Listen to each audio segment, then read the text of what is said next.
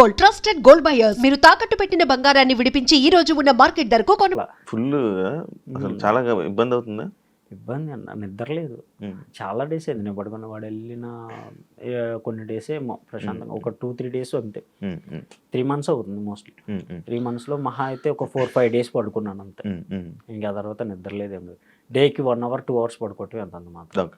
లైవ్లో వాడి ఫ్రేమ్ వస్తుంది అన్నప్పుడు లేచి కూర్చుంటా, నిద్రపోతున్నా కానీ లేచి కూర్చొని స్క్రీన్ షాట్ కొట్టుకొని. నా మెమరీ వాడే నాకు సమ్ టైమ్స్ గుర్తొచ్చేవాడు అన్న. ఎందుకంటే ఇద్దరం ఇక్కడే ఉండేవాళ్ళం. వాడు లేకపోతే వాడు మిడ్ నైట్ వచ్చినా సరే లేపి తిన్నావా అని నన్ను అడుగుతాడు. వాడు వచ్చి పడుకుంటే కాలు నొప్పులు పడుతుంటే నేను కాలు నొక్కుంటా కూర్చునేవాడిని. వాడిని అంత బాగా పెంచుకున్నా. వాడికి దూరంగా ఉండేప్పటికీ నాకు నిద్ర పట్టట్లా సరిగ్గా.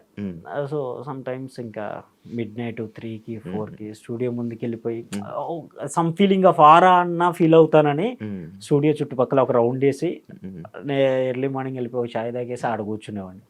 బ్రదర్ బాండింగ్ ఎందుకు బాగుంటుంది నిజంగా అన్న. అసలు ఉండేవాడిని కాదు, అసలు ఉండలేకపోయా. ఫస్ట్ 4-5 weeks అయితే ఫుల్ ఏడ్ చేసా కూడా. అసలు ఉండలేకపోయా. నాకు వాడంటే చాలా ఇష్టం అన్న. చిన్నప్పటి నుండి వాడిని నేనే పెంచుకున్నాను. మా నాన్న ఒక్క మాట అన్నా కానీ ఊడుకున్నాను. వాడు అన్ని దూల పనులే చేస్తాడు, అన్ని దూల పనులే చేస్తాడు. లిటరలీ ఇక్కడ దెబ్బ ఉంటుంది. చిన్నప్పుడు బెచ్చెలు ఆట ఆడుతుంటే రాయి తీసుకుని అన్నే కొట్టాడు. నా తల పగలు కొట్టి నాకన్నా ముందు ఇంటికి వెళ్ళి అన్నయ్య కింద పడ్డాడు, తల పగిలింది, వాడు అన్ని దూల పనులు చేస్తాడు. మళ్ళీ నా మీనే రిటర్న్ కంప్లైంట్. ఇంటికి వెళ్ళిపోయేపటికే మా నాన్న వాడు చెప్పింది పక్కా నమ్మేస్తాడు. ఏం జరిగిందని కూడా అడగకుండా చెత్త కొట్టేశాడు నన్ను. ఆ తర్వాత నా పక్కకు వచ్చి కూర్చొని చెకోడీలు ఇస్తా, కానీ ఏం కాదు తిను నీకోసమే ఉంచాను. సో అంత బాగా నేను వాడిని మళ్ళీ ఒక్క మాట అన్నా, ఏ జరిగినా సరే ఒక్క మాట కూడా అన్నా. వాడు అంతే బాగా బాగుంది. ఎంత డిఫరెన్స్ ఇద్దరికి? 1 year అన్న. 1 year? సో అంత బాండింగ్ ఉండేప్పటికీ అసలు ఉండలేకపోయేవాడు. హాస్టల్లో వాడిని 5th వరకే కలిసి చదువుకున్నాం. 6th 7th 8th 9th 10th వేరే చోట. ఎగ్జామ్స్ రాయాలి, సీట్ రావాలంటే ఆ స్కూల్లో సీట్ రావాలంటే ఎగ్జామ్స్ రాయాలి. మా నాన్న భుజం మీద ఎక్కించి వరదలు అప్పుడు విజయవాడ వెళ్ళాలి, మా ఊరు అమరావతి, కృష్ణానది దాటి వెళ్ళాలి. మా నాన్న భుజాన్ని ఎక్కించుకొని ఇద్దరిని మోయలేడు కాబట్టి నన్ను ఎగ్జామ్ వద్దన్నాడు. ఇక నువ్వు వద్దులే, నువ్వు అంతగా చదవలేవు, తమ్ముడు బాగా చదువుతాడు అంటే సరే తీసుకెళ్ళి నాన్న. వాడిని భుజాలు ఎక్కించుకొని ఫ్యాట్ తల మీద పట్టుకున్నాడు. మా నాన్న భుజాల మీద వాడిని కూర్చోబెట్టుకుని వరదలు వచ్చే దాని మీదనే చిన్నగా ఈదుకుంటూ ఆ దగ్గరికి తీసుకెళ్ళి ఎగ్జామ్ రాపించి తీసుకొచ్చాడు. అక్కడ ఉన్న స్టూడెంట్స్ అందరిలో టాప్ వాడే వచ్చాడు. ఆ రోజు వచ్చిన seat 5th 6th 7th 8th 9th 10th ఆ 5 సంవత్సరాలు వాడికి ఫ్రీ సీట్. 10th 9.7 or 9.8 అప్పుడు జీపీఏ స్టార్ట్ మాకు. సో అది కంప్లీట్ చేసుకుని బయటకు వచ్చేసాడు. వాడు బయటికి రావడంతో నాకు ఒక ఫీల్, మళ్ళీ నా తమ్ముడు నా దగ్గరకు వచ్చేసాడని. మళ్ళీ సపరేట్ జాయిన్ చేస్తానంటే నేను అస్సలు ఊరుకోను. ఇద్దరం ఒకే చోట ఉంటామని పట్టుకొని కూర్చున్నాం ఇద్దరం. వాడు స్కూల్ డేస్లో ఉన్నప్పుడు వాడికి మటన్ అంటే చాలా ఇష్టం. ఎర్లీ మార్నింగ్ 3కి మటన్ కోస్తారు. నేను 2:30కి వెళ్ళిపోయి మటన్ కాడ ఇలా కూర్చునేవాడిని. మా నాన్న జేబులో, నిద్రపోయేవాడి జేబులో డబ్బులు తీసుకుని వెళ్ళిపోయి మటన్ తీసుకుని వచ్చేసి మా అమ్మని లేపి 6 కల్లా క్యారేజ్ రెడీ చేయించేవాడిని.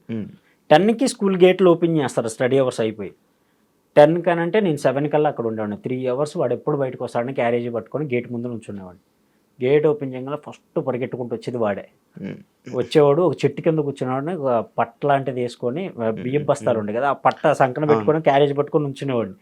వాడు రాగానే నా పట్ట వేసుకొని కూర్చొని ఇద్దరం కలిసి కూర్చొని తిని, వాడికి వెళ్ళేటప్పుడు నా దగ్గర మిగిలిన 5 రూపాయలు 10 రూపాయలు వాడి చేతులు పెట్టేసి మళ్ళీ 70 kilometers వచ్చేవాడిని ఆటోలో. 70 kilometers అచ్చంగా వాడిని చూడటానికి ఎవ్రీ సండే వెళ్ళేవాడిని. అంత ఇష్టం. 1 week వెళ్ళకపోయినా వాడు కన్నా ఫేవర్ రావాలి, నాకన్నా ఫేవర్ రావాలి, దిగులు వేసుకొని. అంత బాండింగ్ ఉంది.